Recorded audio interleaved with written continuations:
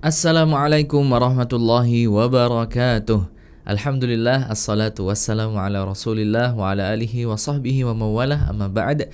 Puji syukur kehadirat Allah subhanahu wa ta'ala, juga salawat dan taslim kepada Nabiullah Muhammad sallallahu alaihi wa ala alihi wa sahbihi wasallam.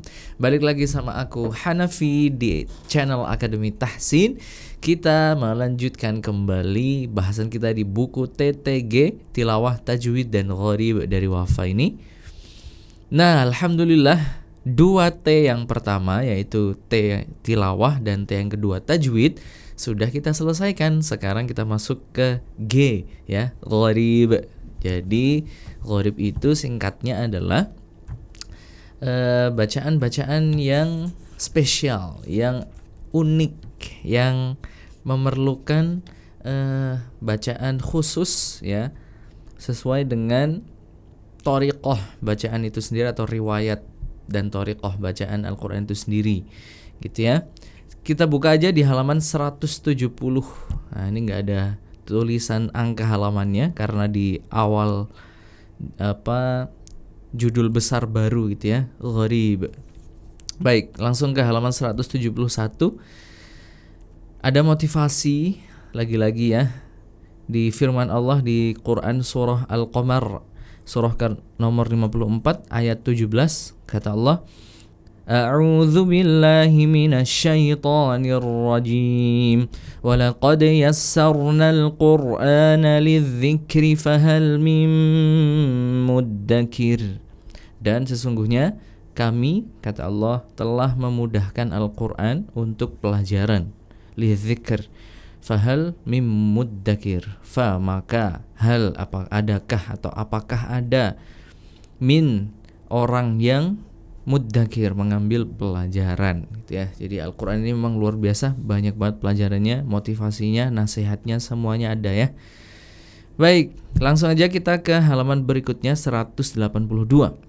Kita bahas di bab yang pertama di gharib ini, yaitu ismamun atau ismam. Seperti yang udah saya bilang tadi, gharib adalah bacaan-bacaan yang unik, yang aneh, yang asing. Nah, dari bahasa Arab kan gharib artinya asing. Jadi bacaan yang memang spesial cara bacanya. Yang pertama adalah ismam. Apa itu ismam? Nah, sebelum kita baca definisi dan contoh-contohnya, mari kita senandungkan dengan nasyid atau syair berikut ini. Kita pakai lagu bocil, lagu anak-anak zaman dulu. Yes. Biasanya sih anak-anak zaman sekarang jarang banget yang tahu ya, terutama generasi alfa ini. Ya, mungkin kalau diajarkan tahu ya di sekolahnya. Coba tebak lagunya apa, nanti tulis di kolom komentar ya.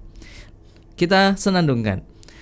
Ada gharib namanya Ismam, bibir monyong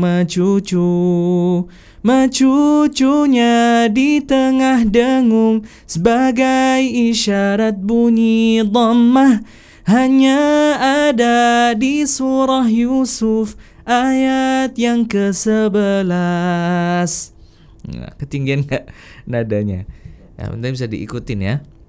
Jadi kayak gitu untuk mencantolkan sekali lagi ya. Jadi senandung ini, syair-syair ini tujuannya adalah biar kalau mengajarkan ke siswa-siswa kita, murid-murid, itu mereka lebih cepat nangkepnya, lebih cepat menghafalkannya gitu.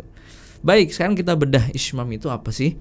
Ismam adalah bibir monyong atau bibir mencucu ya. Tanda kurung mencucu di tengah-tengah dengung. Nah, ini perlu diperhatikan nih.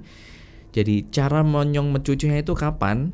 Ya, di tengah-tengah dengung. Jadi tidak langsung mencucu gitu ya. Tapi dengungkan dulu, baru di tengahnya kita monyongkan bibirnya. Ya, di tengah-tengah dengung. Nah, makanya ada notes di sini tanda kurung setelah mensukunkan nunnya. Artinya nunnya kan ketika dengung kan ada bunyi an.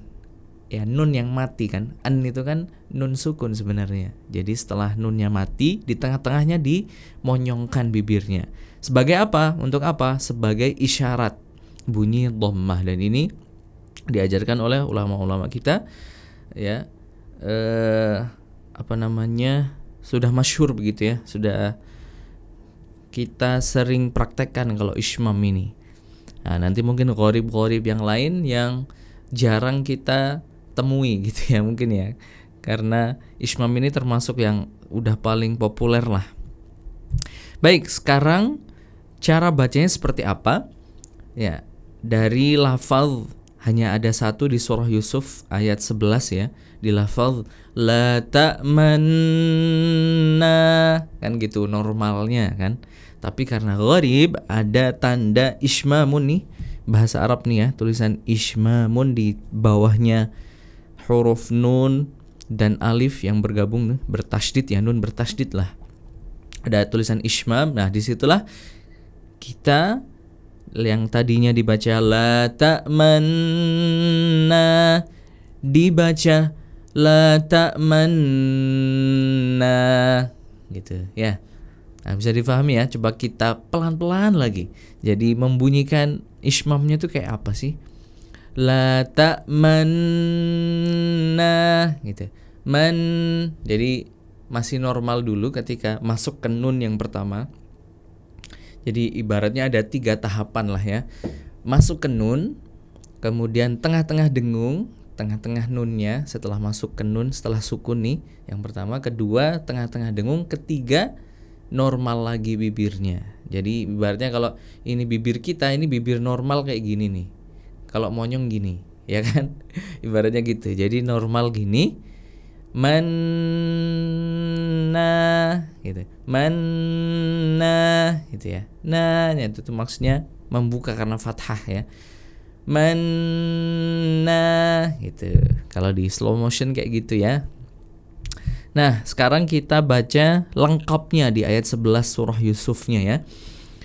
Qalu ya abana ma laka la ta'manna ala Yusuf wa inna lahu lanasihun.